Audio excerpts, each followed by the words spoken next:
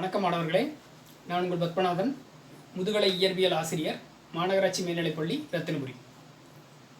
இன்னைக்கு நம்ம பார்க்க போகிற topic electric field due to an electric dipole at points on the axial line அப்படிங்கிற ஹெட்டிங் பார்க்க போகிறோம். நமக்கு முதல்ல எலக்ட்ரிக் டைபோல் அப்படின்னா என்னன்னு தெரியும். எலக்ட்ரிக் டைபோல் அப்படிங்கிறது நெகட்டிவ் அண்ட் பாசிட்டிவ் இரண்டு வேறுபட்ட சார்ஜஸ் இல்லையா, negative charge and positive charge. இந்த ரெண்டையும் ஒரு சின்ன இடைவெளியில் சின்ன கேப்பில் பிரித்து வச்சுருந்தோம் அப்படின்னா அதுதான் டைபோல் அப்படின்னு சொல்கிறோம். டைனாவே ரெண்டு, போல்னா எதிரெதிரான. அப்போ எதிரெதிரான மின்னூட்டங்கள், எதிரெதிரான சார்ஜஸை ஒரு சின்ன கேப்பில் நம்ம பிரித்து வச்சுருக்கோம்.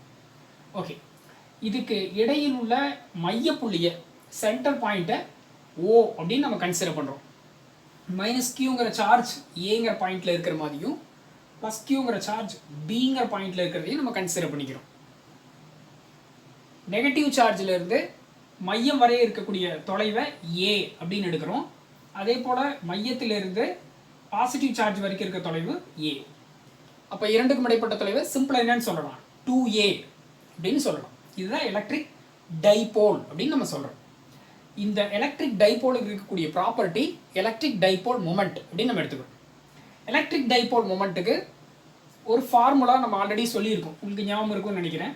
அது வந்து P equal to electric dipole மொமெண்ட்டோட குறியீடு P ஈக்குவல் டு ஏதாவது ஒரு மின்னூட்டத்தினுடைய மதிப்பு. இரண்டும் சமமான மின்னூட்டங்கள் தான் இல்லையா, சமமான சார்ஜஸ் தான். இப்போ Q இன்ட்டு இரண்டுக்கும் இடைப்பட்ட தொலைவு நம்ம என்ன எடுத்துக்கிறோம், டிஸ்டன்ஸை 2a அப்படின்னு எடுத்துக்கிறோம். இப்போ Q இன்ட்டு 2a வெக்டார் வடிவத்தில் எழுதிங்கன்னா எப்படி வரும், P vector equal to Q 2a. இதனுடைய திசை எப்போவுமே எப்படி இருக்கும், நெகட்டிவ் சார்ஜிலிருந்து பாசிட்டிவ் சார்ஜ் நோக்கி இருக்கும். அப்போ இதை P வெக்டார் அப்படின்னு நம்ம எழுதுறோம்.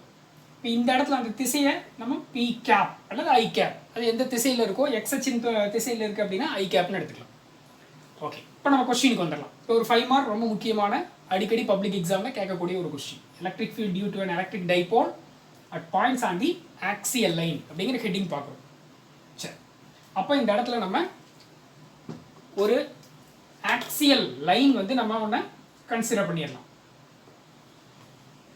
இப்போ நம்ம எடுத்திருக்கிறது வந்து எக்ஸ் ஆக்சிஸ் இங்கே எடுத்திருக்கோம் இல்லையா. இந்த அச்சு வந்து எக்ஸ் ஆக்சிஸ். இந்த ஆக்சிஸ் மேலேயே ரெண்டு பாயிண்ட்ஸை நம்ம கன்சிடர் பண்ணணும். அப்போ ஏ பி, இந்த பாயிண்ட் ஏ, இந்த பாயிண்ட் பி. இந்த ஏங்கிற இந்த பாயிண்ட்ல மைனஸ் கியூங்கிற சார்ஜ் இருக்கிறதாவும் பிங்கிற பாயிண்ட்ல பிளஸ் கியூங்கிற சார்ஜ் இருக்கிறதாவும் கன்சிடர் பண்ணிக்கலாம். இந்த ரெண்டு சார்ஜஸ் இடையில இருக்க மிட் பாயிண்ட் வந்து ஓ.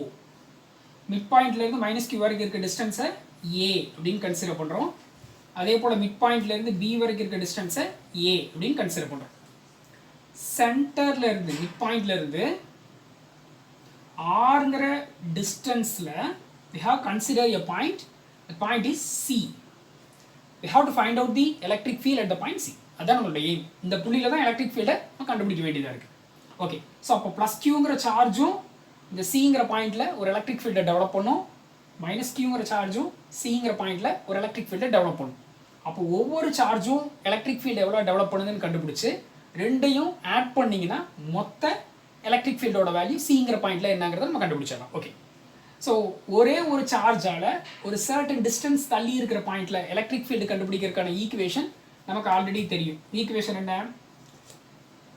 அது ஒரு தனி கொஸ்டினாக நம்ம பார்த்துருக்கோம். இங்கே சிம்பிளாக உங்களுக்கு நான் சொல்லிடுறேன். E equal to 1/4π epsilon naught into Q by R square. கியூங்கிறது அந்த மின்னூட்டம் சார்ஜு, ஆறுங்கிறது அந்த சார்ஜில் இருந்து எந்த பாயிண்ட்ல நீங்கள் எலக்ட்ரிக் ஃபீல்டு கண்டுபிடிக்கணுமோ அது வரைக்கும் இருக்க டிஸ்டன்ஸ் வந்து E அப்படின்னு நம்ம கன்சிடர் பண்ணுறோம். ஓகே, இப்போ நம்ம கேஸ்க்கு வந்துடலாம். இந்த ஃபஸ்ட்டு ப்ளஸ் கியூவால் சிங்கிற பாயிண்ட்ல எலக்ட்ரிக் ஃபீல்டு என்ன அப்படின்னு நம்ம பார்க்கணும். அப்போ அதை எப்படி எடுத்துக்கலாம், E plus vector equal to, இதே போல நம்ம எடுக்கணும் இல்லையா, 1/4π எப்சிலான் நாட் இன்டூ மின்னூட்டம் Q divided by distance between charge to point நம்ம கண்டுபிடிக்கணும். இப்போ சார்ஜ் வந்து இங்கே இருக்குது இல்லையா, பிசி. பிசி தான் நமக்கு வேணும். நமக்கு ஓசியோட டிஸ்டன்ஸ் தெரியும் R. அப்போ இந்த ஓஏவை நம்ம கழிச்சிடலாமா? அப்போ பிசியோட டிஸ்டன்ஸ் கிடைச்சிரும்ல. அப்போ ஆர் மைனஸ் ஏ அப்படின்னு எடுத்துக்கலாம். இப்போ ஆர் மைனஸ் ஏ, இங்கே ஸ்கொயர் இருக்குது, ஸோ ஸ்கொயர். இப்போ இதோட டைரக்ஷன் எப்படி இருக்கும்னு நம்ம சொல்லணும். எப்பவுமே இது பாசிட்டிவ் சார்ஜுங்கிறனால இதோட எலக்ட்ரிக் ஃபீல்டோட டைரக்ஷன் அவுட்வேர்ட்ஸாக இருக்கும் இல்லையா? நெகட்டிவ் சார்ஜாக இருந்தால் இன்வர்ட்ஸ், பாசிட்டிவ் சார்ஜாக இருந்தால் அவுட்வேர்ட்ஸ். ஓகே, அப்போ இந்த பாசிட்டிவ் சார்ஜோட இந்த டைரக்ஷன் நம்ம என்னென்னு பாசிட்டிவ் சார்ஜால் கிரியேட் ஆகிற எலக்ட்ரிக் ஃபீல்டோட டைரக்ஷன் என்னென்னு எழுதலாம்? இ ப்ளஸ் வெக்டார்.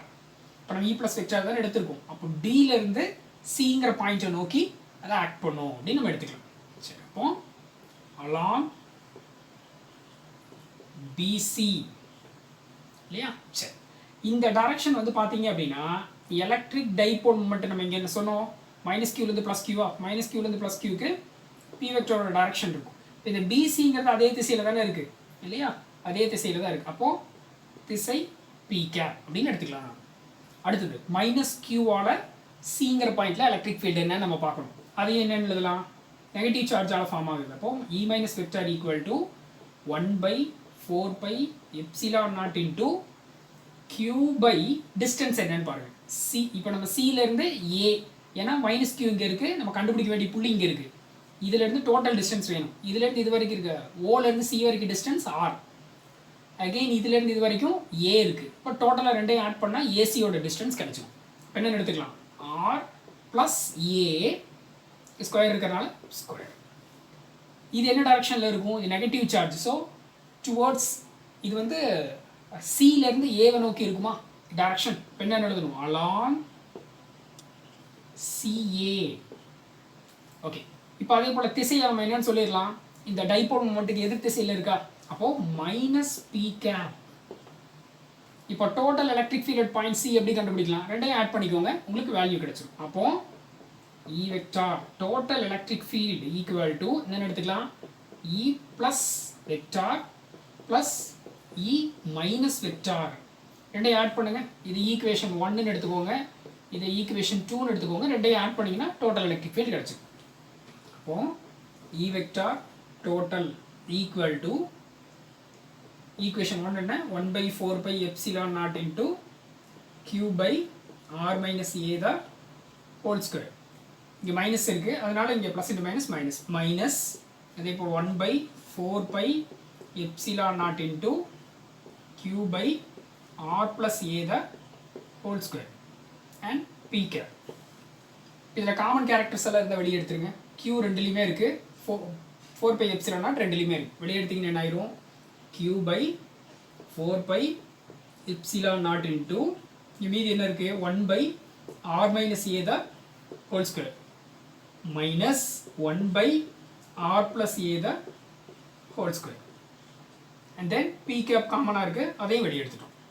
சரி, இப்போ இது ரெண்டையும் மல்டிப்ளை பண்ணுங்கள். Cross multiplication. It is equal to Q by 4π epsilon naught into R plus A the whole square minus அதே போல் இங்கே R minus A the whole square whole divided by multiply பண்ணிங்கன்னா R square minus A square the whole square.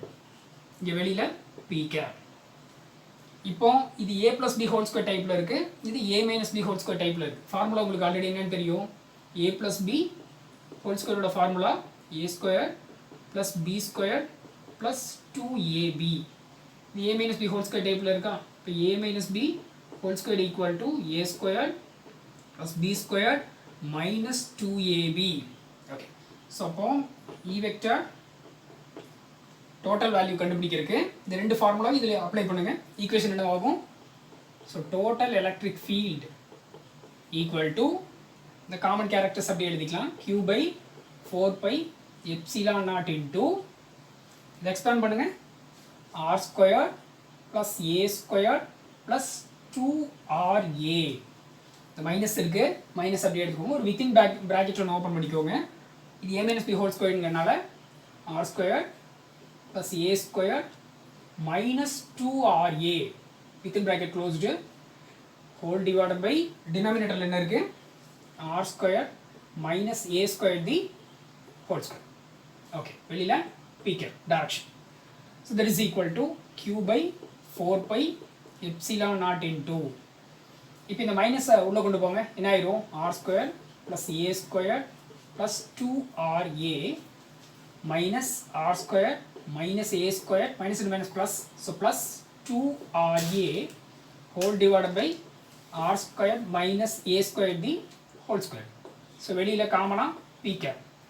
இப்போ இதில் plus r square minus r square getting cancel and plus a square minus a square getting cancel. So remaining characters என்ன இருக்கு? q by 4 pi epsilon naught into 2RA இருக்கு. அப்போ total என்ன ஆயிடும்? 4RA whole divided by r square minus a square the whole square. Direction p cap. Okay. So இப்போ இதில் வந்து பார்த்தீங்க அப்படின்னா r square minus a square the whole square அப்படின்னு நம்ம எடுத்துருக்கோம். rங்கிறது என்ன, ஏங்கிறது என்னன்னு பாருங்க. இதில் rங்கிறது மிட் பாயிண்ட் ஆஃப் த டைபோல்ல இருந்து சர்டன் நம்ம கன்சிடர் பண்ண அந்த பாயிண்ட் வரைக்கும் இருக்கு டிஸ்டன்ஸ் r. ஆனால் ஏங்கிறது வந்து மிட் பாயிண்ட் ஆஃப் டைபோல்ல இருந்து any one of the charge வரைக்கும் இருக்கு டிஸ்டன்ஸ் தான் a. ஸோ அது ரொம்ப சின்ன வேல்யூவாக இருக்கும், r ரொம்ப பெரிய வேல்யூவாக இருக்கும். So if you comparing r and a, r will be very greater value and a, okay, upon q by 4 pi epsilon naught into இந்த 4ங்கிறது 2 into 2 அப்படின்னு எடுத்துக்கலாம். இங்கே r கேன்சல் ஆயிடுச்சு, இப்போ a மட்டும் இருக்கு. a divided by denominatorல r cube p cap, p capங்கிறது திசை. Okay, so அப்போ இதில் நமக்கு ஆல்ரெடி ஒரு தெரிஞ்ச ஒரு ஃபார்முலா வந்து ஒன்று இருக்கு. என்ன அப்படின்னா p vector electric dipole moment ஓட formula p vector equal to என்ன எடுத்துக்கலாம்? q into 2a இல்லையா? திசை வந்து direction -p2 -q2 plus q. அப்போ அதோட திசை தான் p cap. இப்போ என்ன எடுத்துக்கலாம்? q 2a p cap.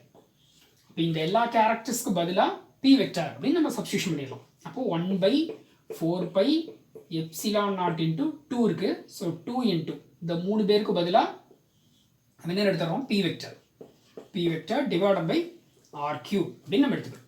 இப்போ நம்ம கண்டுபிடிச்சது தான் total electric field at the point C. Okay, so இதில் டைரக்ஷன் ஆஃப் த வெக்டார் எப்படி இருக்கும், எலக்ட்ரிக் ஃபீல்டோட டைரக்ஷன் என்ன டைரக்ஷனோட பேரலாக இருக்கும் அப்படின்னு பார்த்தீங்கன்னா எலக்ட்ரிக் டைபோல் மொமெண்டோட டைரக்ஷனுக்கு பேரலாக இருக்கும். எப்படி அப்படின்னா இப்போ நீங்கள் எடுத்துக்கிட்ட 2 சார்ஜில் பாசிட்டிவ் சார்ஜ் தான் ப்ளஸ் கியூங்கிற சிங்கிற பாயிண்ட்டுக்கு நியரஸ்டாக இருக்குது. அப்போது டாமினேஷன் யாரோட டைரக்ஷனாக இருக்கும் அப்படின்னா பாசிட்டிவ் சார்ஜோட டைரக்ஷனாக தான் டாமினேஷனாக இங்கே நம்ம கன்சிடர் பண்ண முடியும். ஸோ அப்போது எலக்ட்ரிக் ஃபீல்டு, டோட்டல் எலக்ட்ரிக் ஃபீல்டோட டைரக்ஷன் வந்து இல்லையா, டைரக்ஷன் வந்து acting in the direction of dipole moment p vector அப்படின்னு வந்து இந்த இடத்துல நம்ம கன்சிடர் பண்ணிக்கலாம், parallel to p vector. Okay.